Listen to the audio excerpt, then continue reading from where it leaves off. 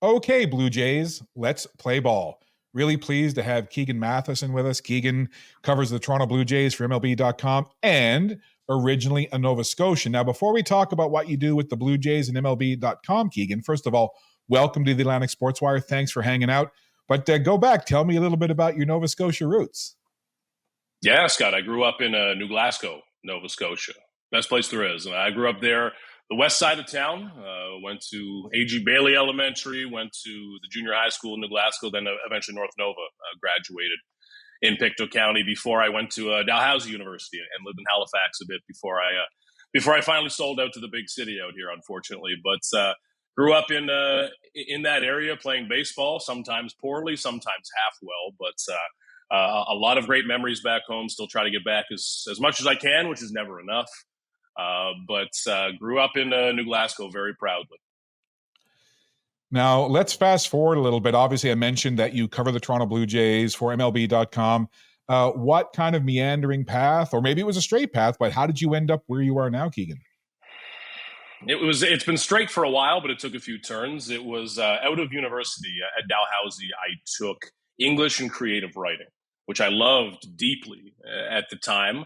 But it came with the realities of some challenges out of university. And I always loved writing.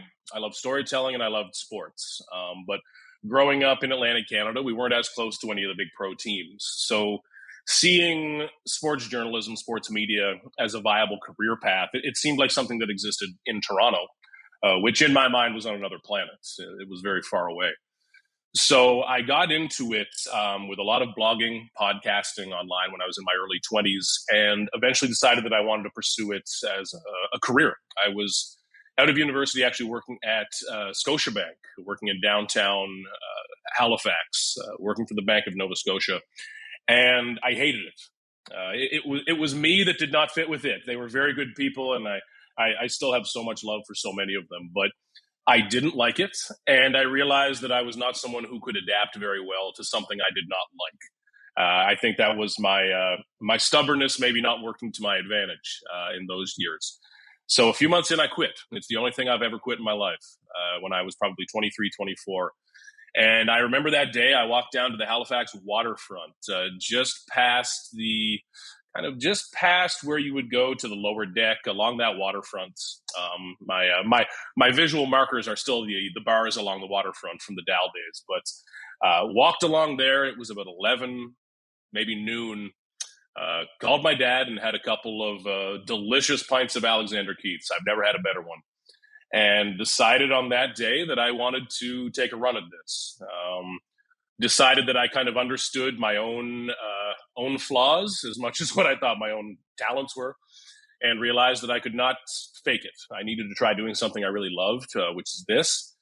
It has thankfully worked out since then. I went to a proper sports journalism college here in Toronto at Centennial College for a year, which led into internships and eventually full-time jobs covering the Blue Jays, which I do now. So it took a bit of a sharp turn there. Could have gone down a different path, but very grateful that it has bounced my way. It's needed a few bounces along the way, I think.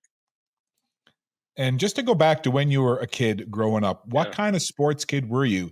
Did you play sports? Were you all about statistics? Did you cover teams and look at who was doing what? What kind of sports kid were you? I played everything growing up in New Glasgow. Now, back then it would have been the Kinsman ball fields in New Glasgow, and I think those are still active there. And I was a big kid when I was young. So I think I was good when I was 4 or 5 or 6. But then once all the other kids, caught up to my size, I don't think I was as athletic or as good as I remember, maybe. But played a lot of hockey, a lot of soccer, everything growing up in and around New Glasgow. I was a goalie in hockey. Probably just missed the NHL there too. Not quite my calling.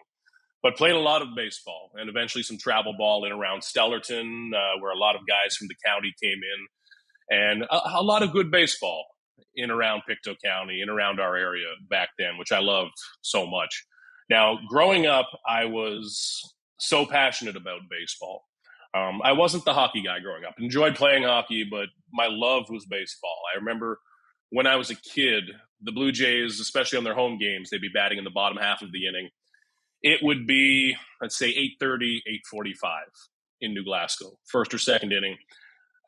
one of my earliest memories is always arguing with my mom, asking if I could watch the Blue Jays bat one more time. Just let me watch one more half inning. Let me watch them hit.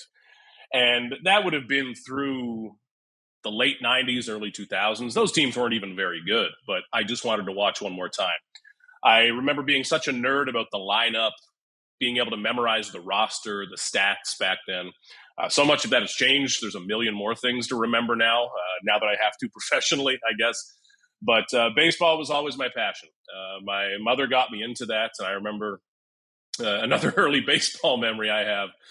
We'd play up at the Kinsman Diamonds, and we were 4, 5, 6, 7 years old.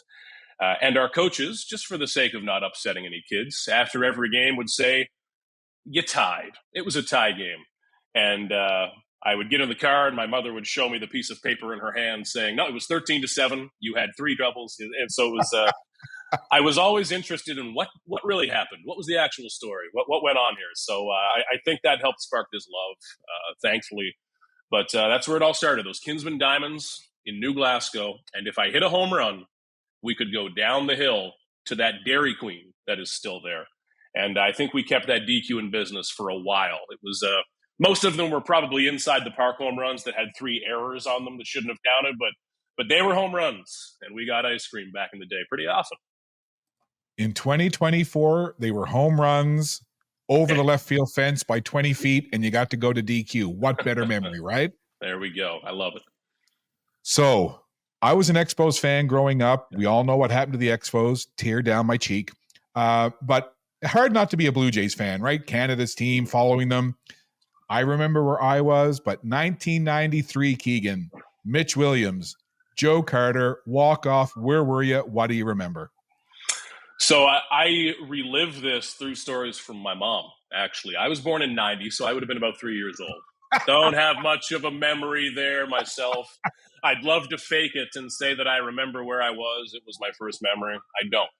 The way my mother tells the story was that we were at our grandparents' house in Bedford. Her mother and father lived there. And my mom, my dad, everyone was in this kind of a sub-basement where you had a bit of a window looking in, a sub-basement watching in, and we were all in the basement watching the game. My mother became so nervous at one point, getting towards that 9th inning, that she had to run outside. I don't know if she was that nervous or if she was having a smoke, what it was. And at that point, she looked inside the window and realized she'd just forgotten me in the basement. She was so frantic and so nervous to get out of there. She's someone who can't be near the TV if it's getting tense.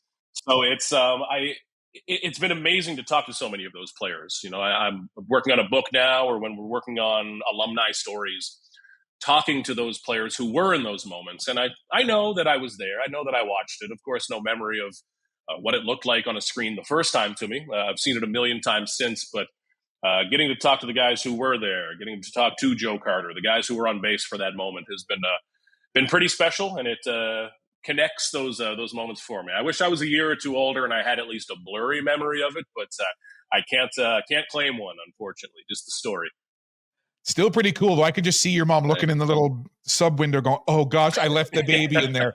Okay, so let me fast forward a little bit to a memory that might be more resonating in your brain. The Jose Bautista bat flip in the playoffs a few years ago. What are your memories of that, and what were you thinking after the bat flip? Yeah, that's a special memory to me because I just moved up to Toronto, I think, during that postseason run. So I started covering the Blue Jays in 2017, officially. I think a lot of people think I'm the kiss of death because nothing good has happened since then. But I remember I had just gotten to the city, and that gave me such an appreciation for what this city can look like when the Blue Jays are doing well. We saw it again in 2019 with the Raptors. It becomes a social destination. It's the cool place to be, even if you're not a hardcore fan. It's completely changes the city and the country from coast to coast. I remember watching that in my crappy first apartment here in Toronto and just being so amazed by that moment. That is now and forever going to be, I think, an entire generation of baseball fans in Canada. That moment they remember, where you know where you were. I remember where I was standing. I remember the TV I had in my apartment. I think it's in a storage room here now, but so many cool things have happened on that TV. I don't want to get rid of it.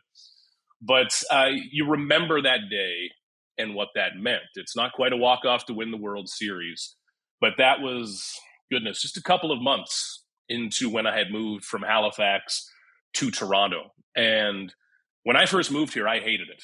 I hated everything about living in Toronto because I was overwhelmed. Looking back now, it's my fault. It wasn't the city's fault. I was just overwhelmed.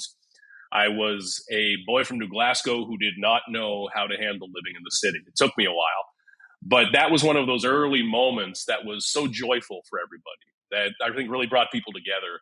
And that is one of those early positive memories of my time here in Toronto. And that's another, just talking to Jose about that over the years has been pretty remarkable. I think Jose will be back here again in Toronto soon to chat about it. But quite a moment. And for anyone near my age, anyone within 10 years of my age, that's kind of their moment since Joe Carter, which means it's been too long. They need another moment here soon, but that's a pretty special one. Yeah, no question about it. And I want to move on and talk about present day Blue Jays in a second. But as we've just talked about, the Joe Carter walk-off, the Jose Bautista bat flip, iconic moments in Blue Jays history. And there have been many, the Robbie Alomar homer against Eckersley. But for you, whether it was before you were covering the Blue Jays as just a fan, what would be your top 3 Blue Jays moments for you personally? Oh, wow. When you look back, I think including Jose Bautista's bat flip, I think that needs to be to the top. We're talking about things I can remember. I know Carter was bigger, but stuff I can actually remember. It's all from that 15 and 16 run, because that made baseball cool again. Just from coast to coast, it picked up baseball interest. Those teams were not just good, they had an edge. If those teams got in a fight, they were going to win. They had an incredible edge. That's why people loved them. Jose Bautista, Josh Donaldson, you did not want to be on their bad side. There was nothing polite or gentle about those guys on the baseball field.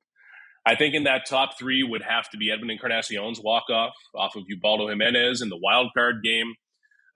If the Blue Jays ever decide to build some statues, which they need to, I think Encarnacion standing with his hands straight above his head on home plate has to be one of those statues. Maybe Josh Donaldson, that mad dash that he had going home to walk off a game. And even going back a bit before that, you have so many great Roy Halladay memories. I was a big Carlos Delgado fan growing up. You look at his big home run game, moments like that. There was that kind of soft middle, which I grew up on from late 90s, early 2000s into the early 2010s, where not much happened. There wasn't a ton to cheer for. So you had to cling on to individual players. You had to cling on to Roy Halladay, on to Carlos Delgado, who was one of the great hitters of his generation and deserves to be talked about 100 times more than he is. I loved Delgado back in the day. Those players always come to mind. Those were such a big part of my childhood growing up. Back in the day, I could only watch the first at-bat of the game. Eventually, I started to get the second and the third as I grew up a bit, and the bedtime got pushed back. But so some really good memories with those late 90s, early 2000s teams. Oh, bringing up some names: Roy Halladay, Jose Delgado, or Carlos Delgado. I mean, just iconic names. So let's now fast forward to the 2024 Blue Jays. Here we are toward the end of May. The season is still early, but fans of the Blue Jays are wringing their hands, Keegan. They're like, this seems so much like last year. What's going on? We know the pitching that the Blue Jays got last year that really helped keep them in some kind of contention. This year has been kind of a wobbly year. For someone that's on the inside covering this team day to day, what's your take on what's happened so far about 40 plus games into this season? It's been really disappointing, and I think it matters a lot to fans what it looks like. Now, if these were scrappy, exciting, tight games where they were losing 10-9, okay, then at least you're having a bit more fun watching. Something's happening. There have been a lot of games that were the opposite of that, where the Blue Jays can't score, and the other team kicks across 2 runs, the game's over. That's boring to watch. That's not exciting to watch as a baseball fan for most casual baseball fans who just want to enjoy the game. You don't have that excitement of the 15 and 16 teams that were hitting for power. They were better than you, and they knew they were better than you. You don't have that same energy here right now. Offense is fun. Home runs are fun. 2-1 ball games I can appreciate, but you want to see something happening. And the context of this team matters a lot too. The Blue Jays have spent a lot of money. They have built a team around Bo Bichette, Vladimir Guerrero Jr., some of these young core players. These windows don't open all that often. We see that, Scott, based on what we're just talking about, the late 90s, the early 2000s. You can get stuck in the middle for 10 years, easy. And that's the worst place to be in pro sports.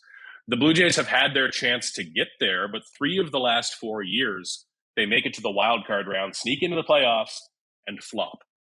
So at this point, I think Blue Jays fans are saying, prove it. Even if the Blue Jays make the playoffs, prove it. Prove that something's different this year. But so far, they're not even putting themselves in a good position to make the playoffs. A lot needs to change these next few weeks. And if it doesn't change, you could see this team look a lot different by the end of the season, and probably not in a way that anybody's going to like. Interesting that you say that, because there was a quote from Kevin Gausman, who is, an elite pitcher and one of the leaders on this team, certainly on the field and in the clubhouse, where I'm just loosely quoting, but he said, if we don't start to win, this team could look a lot different in a few weeks or a few months. There's all the talk, right? The usual talk, trade Vladdy, trade Bo, etc. Again, knowing that there's no crystal ball and you can't really see the future, but as someone who covers this team regularly and has for about 7 years, what's your sense in terms of what point in the season that the front office of the Blue Jays might go, you know what? We're just not there. We need to be sellers. What's your sense of where that cutoff may be? It's going to come soon for this team. I mean, you have up until July 30 for the trade deadline. And you're going to need to make up your mind a little bit before that so that you can plan and try to figure out how to make this work. So the Blue Jays have, this is May 23rd, let's call it 2 months to figure out what kind of team they are. If the Blue Jays are not back in the race by then, that's when you start looking at trades for Bo Bichette, Vladdy, Danny Jansen, Jimmy Garcia, Yusei Kikuchi. There's lots of players they can move away from. And I think they're starting to realize that. Like that quote from Kevin Gausman you mentioned from the Toronto Sun, it's a player who understands how this league works, that these windows don't last forever. And if the Blue Jays are not doing well in 2 months, this is going to get torn down. That can happen pretty quickly. And there's nothing exciting about that. There's nothing encouraging about that. Yeah, it means you might get a young player who's good in 5 years, but who cares about 5 years from now? Fans want to see this team competing right now while they have Vladdy, while they have Bo. Kevin Gausman's one of the best pitchers on the planet. Danny Jansen's one of the best catchers in Major League Baseball right now. There's so much talent that if they don't make this work, this would be a team that you look back on in 10 years and say, how didn't that happen? How didn't they figure it out? They had this guy, and that guy. How didn't they figure it out? So it's urgent right now. I think a lot of guys are coming to terms with the immortality of this team, and the clock is ticking. Just a couple of months to avoid kind of that doomsday scenario. I, like many sports fans, like to prognosticate and think about moves that might make a difference, whether, in real terms or tangibly. And I'll be honest, when this team signed Justin Turner, I thought, here's a guy, a World Series champion, a leader, a veteran. He's going to come into this clubhouse and he's going to set a tone. He's going to settle things down. But even it appears the Justin Turner signing, I may have been wrong about what I thought the impact would be. And again, it could be a million different things, who knows? But it just seems like there's something missing. You mentioned the dog that 2015, 2016 team had with Bautista and Donaldson and others. Do you get a sense of what this team might be missing? Like, can you put a finger on it? Like, what's your sense? The offense has been so poor this year, and that's the only thing that's going to save them. Now, the attitude of this team, when you compare it to 2015 and 16, completely different. Couldn't be more different. Those teams, when I think back, Bautista, Encarnacion, Donaldson, Russell Martin, Marcus Stroman, David Price, all of those players would be the single biggest personality in this clubhouse by a million miles. The fact that John Gibbons kept that clubhouse together and a brawl didn't break out every day is the most amazing piece of managing I've ever seen. because every player on that team was a massive personality, and those don't always go together all that well. But when you're winning, everything works. Winning fixes everything. I don't care if all 26 guys hate one another. If you win 5 games, everything's fine. And for the Blue Jays right now, it's just about their offense. They can't hit.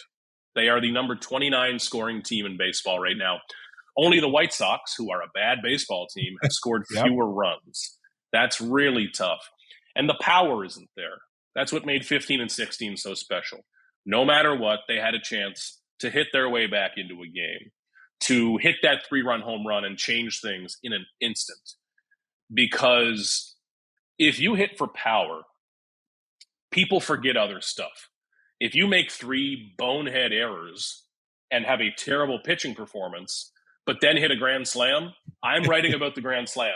That's Right. the story all of a sudden, and I forget everything else. Right now, the Blue Jays are playing a lot of 2-1, 3-2 games. So if you make one small mistake, that's the story. And it gets exhausting, I think, for fans. So you need more offense. That's all this is. The pitching's good. The defense is good. But until Vladdy and Bo, Justin Turner, George Springer, until these guys play to their potential, nothing's going to change. And it's getting to be pretty worrying because it's not just this year, Scott, of course. It's kind of a continuation of some of what we saw last year, too. So I get the sense fans are tired. They are tired at this point. And Toronto, it's, how dare I say good things about the big city? I know I'm talking to folks back home. This is really going against my beliefs. But there's a lot to do in Toronto. You don't have to spend $100 to go to a ball game. I can look out my window and see a lot of other options. So it's important the Blue Jays keep these fans and keep them engaged. Because if they want to go do something else, they've got options. There's a lot to do in this city that's not an expensive ball game with an $18 beer. I know a lot of places to get a cheaper beer in this city too. So it's you're seeing that starting to turn, and that's pretty worrying because ticket sales, jersey sales, all of that goes into the pot that makes this thing work. So you need to keep the fans. Looney dogs only go so far, eh, Keegan? That's right. I think it was 52,000 yesterday. So if that's half profit, that's tough. I'm going to be up in Toronto 17, 18, 19 for the 3-game series against the Red Sox. I'm going to have a dog. I don't care if it's a Looney or $74, whatever. So let me ask you about the offense. You mentioned it. They're not hitting, right? They're not getting that big hit in that big moment. And it had been a really long time since this team had a home run out of the 4 spot, right? The cleanup spot. Last night, Bo Bichette, big night, 3 RBIs, a home run from the DH spot, the 4 slot. And it coincided with the bringing back of the home run jacket, which has been quite a topic of discussion over the last couple of years. So a few things to unpack here. But first of all, the performance of Bo Bichette in the cleanup spot and the return of the home run jacket. So first, your thoughts on Bo, his performance from the cleanup spot, the home run, his night, and then the home run jacket. So away you go. Bo, in that moment, needed that. He's been hitting the ball much better. He needed some power to go along with all of that. Bichette is the most important player to all of this. He is the guy who can go hit 320 with a 900 OPS and change everything, especially at the top of the lineup. I know Vladdy has that ceiling to be who he was in 2021, but that's a long time ago. I haven't seen that in a while. Bo Bichette is the player who drives this team for me, who is the face of this team when it's going well. And for it to finally happen in the cleanup spot, my goodness, that stat was ridiculous going into the game. But I think you've seen a lineup where players weren't necessarily doing their job, which means George Springer in the leadoff spot wasn't really putting up leadoff numbers. The cleanup hitters weren't hitting for power or driving in runs. That's their job. It hasn't really fit together naturally. And then to see Bo Bichette get back to the dugout and the home run jacket is there. It's been a year or more since we saw that jacket. It's hilarious that Bo was the first one to wear it because he's quite serious. He's a very serious baseball player. It's usually Vladdy that is doing the dancing and dumping Gatorade on people after every single win, even if they're 20 games below 500, which is its own thing. But these guys love the jacket. They do. And every team has something like this now. I think the Mariners have a trident. The Angels have a light up halo that goes around their head. It's getting weirder and weirder and weirder every single year. If the players like it, great.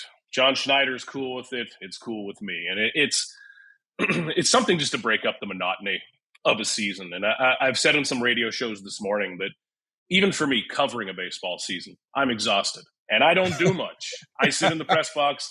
I write a story. There's air conditioning. It's not all that hard. But the travel schedule these guys are on, playing every single day, they're sore, they're aching, they have a bad knee. Having something silly to break it up, it works. The guys enjoy it. They have the red carpet they walk. I know that not everybody loves it, but I promise that it's not getting in the way of something. They're still taking things seriously, sometimes too seriously, being a little too much in their own head. So this gets back to those 21, 22 teams that were a lot more fun with Teoscar Hernandez, Marcus Semien with his great years, Lourdes Gurriel Jr. Those teams had a little more life to them. And right now, I know that some more hardcore baseball fans are looking at the numbers. They're looking at exit velocities, offensive performance, advanced stats.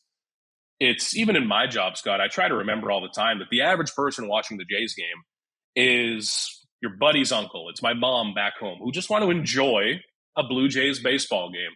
And I think most people enjoy it more when the team's having a bit of fun.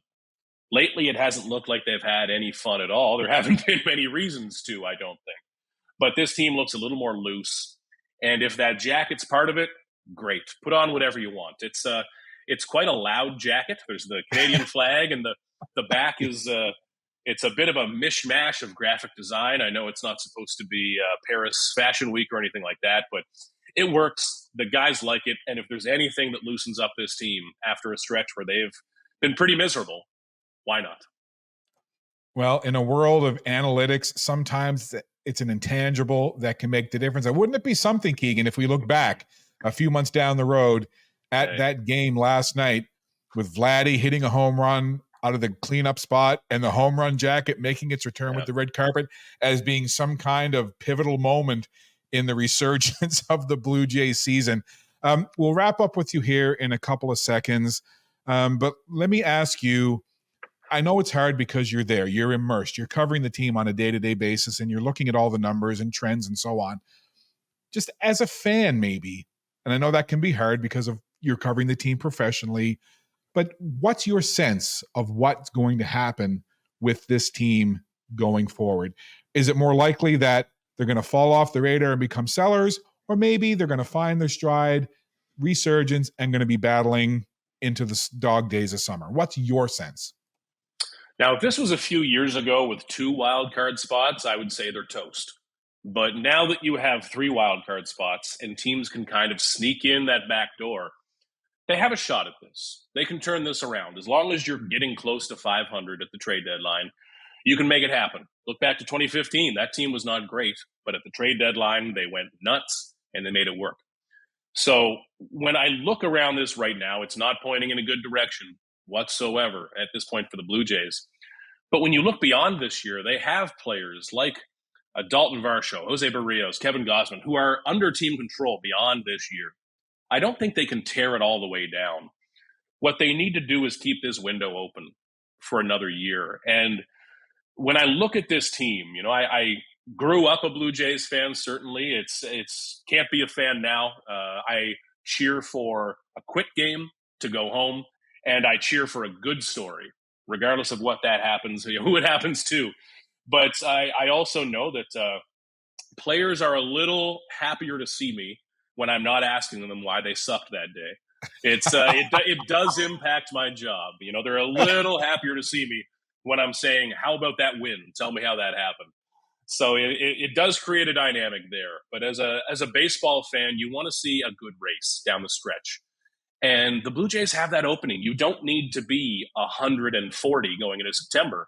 You can be around 500 and make a run at this. It's more than anything, it's going to be a philosophical choice for the Blue Jays. And you're also going to have a front office who is fighting for their jobs. So are they trying to save themselves and trying to make that one heroic run?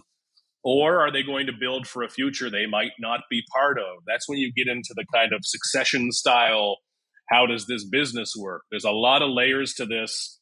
but they need to change it quick, real quick, because the rest of baseball is kind of running away from them at this point, and you can get left in the dust pretty quickly.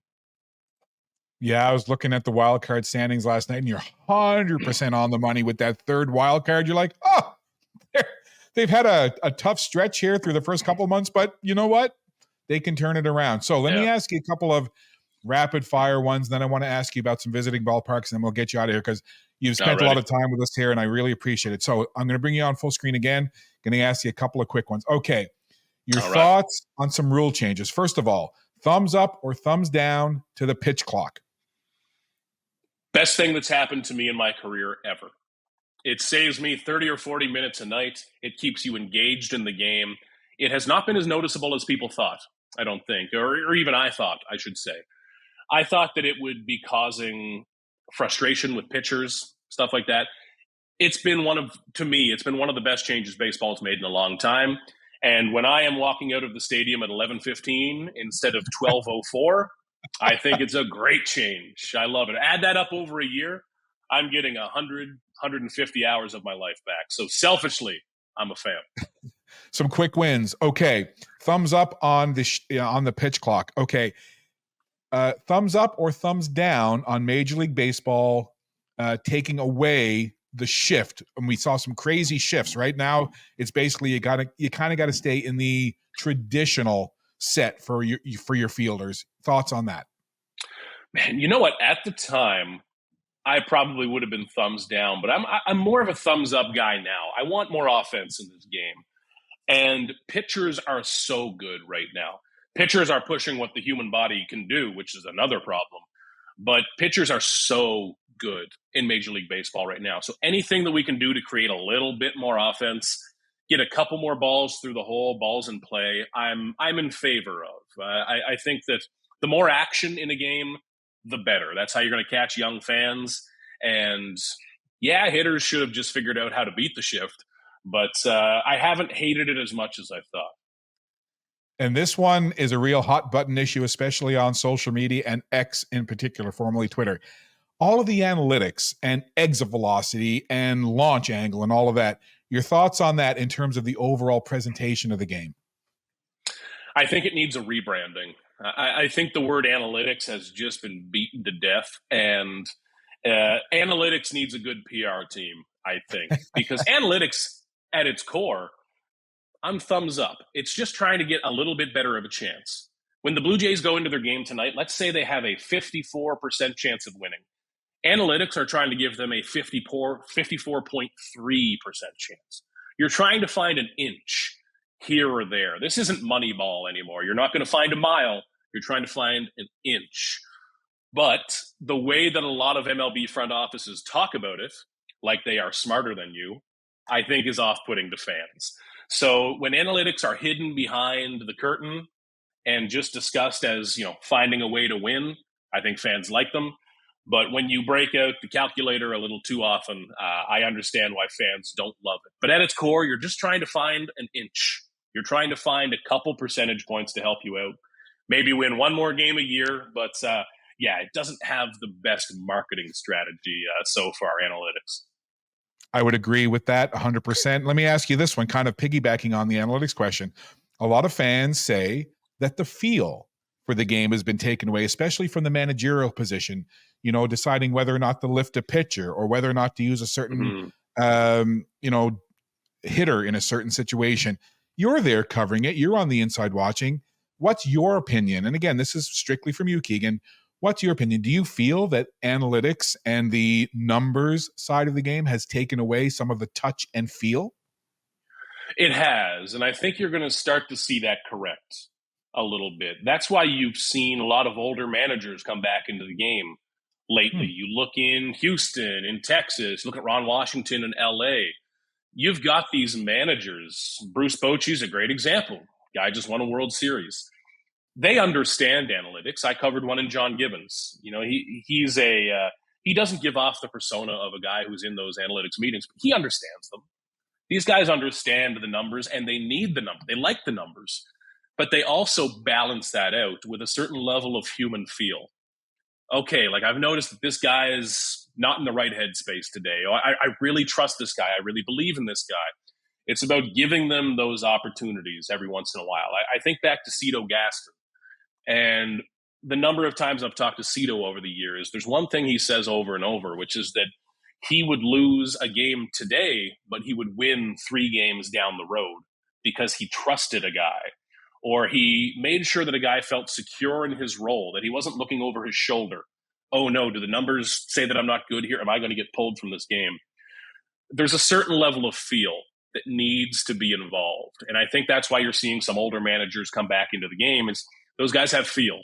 So it's a balance. And I think we got a little far from that balance for a while there. There's still some teams that are way too far from that balance. And it's hard to connect with them. You need a manager, you need a coach for fans. This is why folks love John Gibbons, that you feel like he's one of the guys. Like you feel like you can sit down and have a beer with them, and they're not just reading off of a sheet necessarily. So I think you're going to see that even out a little bit. I think fans would be happy to see that. Okay, last one. We'll get you out of here on a not that it's been heavy subject matter, but a little bit of a lighter note. I'm always curious about other ballparks. Like for me, I would love to go to the ballpark in San Francisco, right on the bay there. I would love to go to Fenway for obvious reasons. Same thing, Wrigley Field.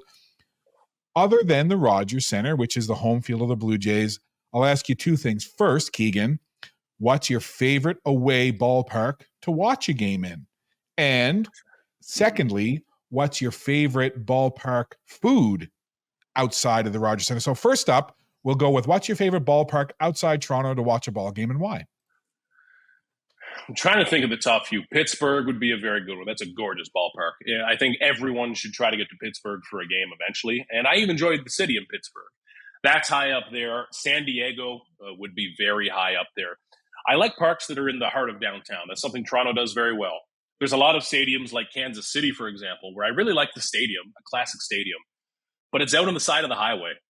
You know, I want to be able to leave the ballpark and have a beer down the street later, or I want fans to be able to stop and have a drink and have some dinner first and walk over. It's not as charming when you're just driving out to a parking lot. So Pittsburgh is a very high one on that list for me. And San Diego, Seattle is another great one on the West Coast. I love a lot of those West Coast stadiums, but there's some, I don't think you can beat Pittsburgh though. That view overlooking the city is, I think, the best view in baseball. It's fantastic. Wow. I'm happy to know that because I'm kind of a closet Pirates fan, always have been. Anyway, that's good to know. So we got Pittsburgh, we got San Diego, we got Seattle, your top 3 for visiting ballparks. Now, the ballpark snacks, right? We talked about the dollar or the Looney Dogs at Rogers Center. But what's your favorite snack? What's your favorite ballpark food in another ballpark and why? I'm a Yankee Stadium man. Now, I very selfishly, I rank my stadiums based on how easy it is to work there, what the food's like. Tropicana Field, for example, in Tampa. It's not a nice place. I get it. But for my purposes, the press box is in a perfect place. It's easy to park. It makes my life easy. So I love Tropicana Field. But Yankee Stadium takes very good care of the media. There is always a couple of very nice meals put out. They take very good care of us. So it's funny. Among baseball writers, when you ask for a favorite, New York comes up a lot because it's I eat, my goodness, 300-400 meals at a ballpark each year, which is dangerous. You need to avoid the hot dogs every time or else I would be out to here. So you need a place that takes care of you a little bit. Yankee Stadium's always my number one, though. I have not gotten skinnier at Yankee Stadium for sure. So it's dangerous if the Blue Jays go there a few times a year, but big Yankee Stadium guy. That's good to know. They're maybe not the evil empire after all because they treat the media well. Okay, I'm going to bring it back to the beginning here real quick before I keep saying we're going to wrap up with here, but I keep thinking of things to talk to you about. So, someone that's come up like you did, and then we heard earlier on in our conversation about your journey to get where you are now, covering the Blue Jays for MLB and all the things that you do. But for any aspiring journalist out there that's especially interested in sports journalism and sports media and covering sports and covering a team, what would your advice be from you personally to that up and comer that's like, I don't know if I can do this? What would you want to tell them? I think the greatest gift that I had coming up was encouragement, because I hear a lot of discouragement now around sports media. This is, I think, a lot of folks, even if you're outside of the industry, people know that newspapers, media, television news, is not in its heyday right now, and I get that. But I often hear too many people telling young journalists or young sports media folks, run for the hills. It's terrible. You'll never get a job. That's not true. Now, the high paying columnist or national reporter jobs, those might be disappearing a little bit. But this industry is still looking for young people who are talented and can do things and wake it back up. Toronto's such a good example here. The Blue Jays beat, I joined 7 years ago. And I might be the last full-time person that's joined it. There hasn't been a lot of turnover. But in this city, you've seen what the Raptors have done to the media scene. Today, they finally officially announced the WNBA team that's coming to Toronto. That's going to need to be covered. That's an entire atmosphere of its own, which is exciting. But growing up, I don't think I was exposed to as much of that discouragement, which is a great privilege. I had some incredible English teachers growing up, and I credit so much of this to English and writing teachers who made writing sound like something that was legitimate to pursue. I often mention her, Adele Campbell, Mrs. Campbell, I had as a teacher in grade 4 and 5 in New Glasgow at A.G. Bailey. And I still remember when I was a young kid, she told me, I'm going to read some stuff that you wrote someday. I'm going to read a book or a story that you wrote someday. And that put in my head, okay, this writing and journalism and storytelling it's not finger painting. It's not something fun you do off to the side. It's something that has value. I had another teacher in high school, Joan Porter at North Nova Education Center, who encouraged me in that direction. And some incredible writing teachers at Dalhousie who kept encouraging and making it seem to me like writing and storytelling had value. It wasn't just something that you do in your spare time. So I always encourage people to go towards those sources. I know there's a lot of discouragement out there, but there's a lot of space for it. And now, even doing what we're doing right now with this here, Scott, something like this didn't exist when I started in the industry. Something where you can make a show like this, a podcast, video, so seamlessly. We would be doing it on Skype, trying to record it. It wouldn't work and it wouldn't record, so we would have to re-record and pretend that we didn't just say all this stuff 10 minutes ago. We've all been there. But there are so many avenues in now. There's still so many ways to kick the door down. If you don't know how, find me on Twitter, message me, email me. I'll help you out if you're young in this industry. But there's a lot of discouragement out there, but they are still looking for young people to come in and try to save this thing, which I think we still can. But I always encourage people just to believe in the value of this. There is value because more and more I'm seeing what this job looks like when it's done poorly, and there's still room to do it well and cover things in a way that matters. Well, Keegan, it's been a pleasure to speak with you. I was able to connect with you from starting to follow you on X, formerly Twitter. But, you write for MLB.com covering the Blue Jays. Where can people follow you, find your writing, find your work? Yeah, everything I write will appear on MLB.com here. And I promise these sirens are not coming for me. It's just the reality of living in Toronto. I wish I was back in New Glasgow where if there was sirens, I'd wonder, what happened? But now it's just every 10 minutes. But you can find me on MLB.com, BlueJays.com, everything there. On X, on Twitter, at my name, just Keegan Matheson on there. And then about a year from now, this book that I'm in the middle of writing now will finally come out. So you'll hear a lot about me over the winter, a lot from me, going into next season as this book is finally released and my patience is no longer being tested with that. But excited for some things that are coming, and I really appreciate being a part of this today, Scott. Well, it's been a pleasure having you with us and to talk all things sports writing and Blue Jays and sports in general. Look forward to that book coming out, another opportunity perhaps for us to get together and chat again. So from New Glasgow, Pictou County, and Acropole Pizza to the Six and Rogers Center and Looney Dogs. Keegan Matheson, writer from MLB.com covering the Blue Jays. Thanks for taking the time to do this. Really appreciate it. Be well. Absolutely. Thank you, Scott.